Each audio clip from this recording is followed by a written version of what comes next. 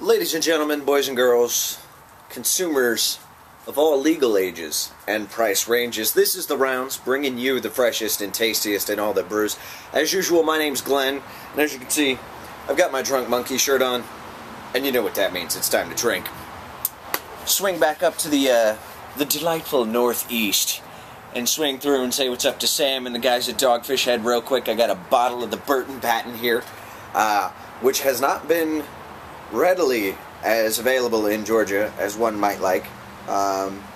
What's interesting about the Burton Baton is that it's actually a blend. Now, it's not a Grand Cru.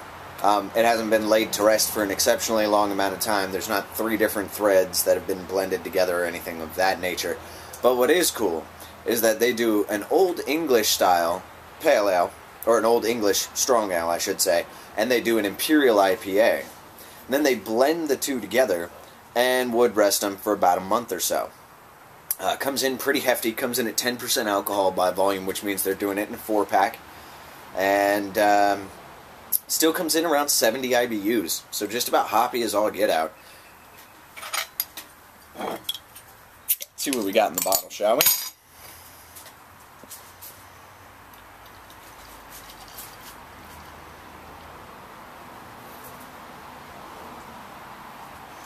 I can smell it from here. Like, seriously, I got buttery, citrusy notes from here. And you can see I'm not exactly holding the glass close to my nose. The fact that it is that floral, that pronounced, you could call it pungent if you want, but here's the deal. When you say pungent, it makes a lot of people make this face. It's not the face you want to make. This is badass beer. But it is a bit of stank pretty. Let's just put it that way. Deep red, not completely filtered. There's a good bit of body to it. Definitely not completely translucent. It's got a nice creamy head to it. Oh man, that smells like heaven. I mean, just piney, resiny, citrusy hops. I did get a touch of the vanilla again on the nose.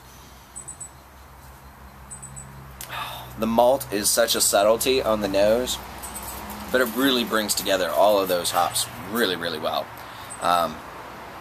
Fantastic color, one of my favorite colors for a beer, and the smell is just so damn inviting.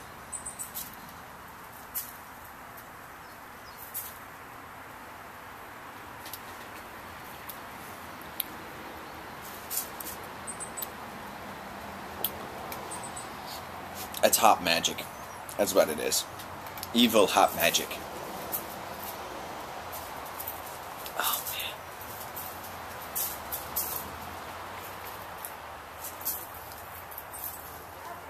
I mean, an unabashed hop assault. And it's not over the top, but it doesn't ever relent. The hops are obviously there throughout the entirety of the palate. But they don't necessarily spike at one particular time. Your tongue has that initial reaction to the hops, which is like, oh my god, what are you doing to me? And then it realizes how awesome it is. So the hops maintain throughout the flavor profile. The malt really takes a backstage. The wood and the hops, I would say, are most noticeable. But the malt is there at just the right proportion. It allows for superior drinkability. I didn't say that. Anyway, but it's deceptive, because to drink that, legitimately, had I blind tasted this, I would probably guess it at about 7% alcohol by volume. The difference is that at 10% alcohol by volume, by the time you're into a 4-pack, you're already in trouble. Now, it's definitely trouble I love to have, but hey. Congratulations to Sam and the guys out at Dogfish Head. You did it again. You killed it, man. Absolutely killed it. Oh, I can't get over this. I could sit here and huff this stuff as much as I drink. But that just doesn't look good on camera. You know, try and shy away from that. Anyway, guys, this is Glenn. This is The Rounds from Brewed There, Drank That. Saying, if I can get deliciousness into your face hole, I'm all about it. We'll see you later, guys.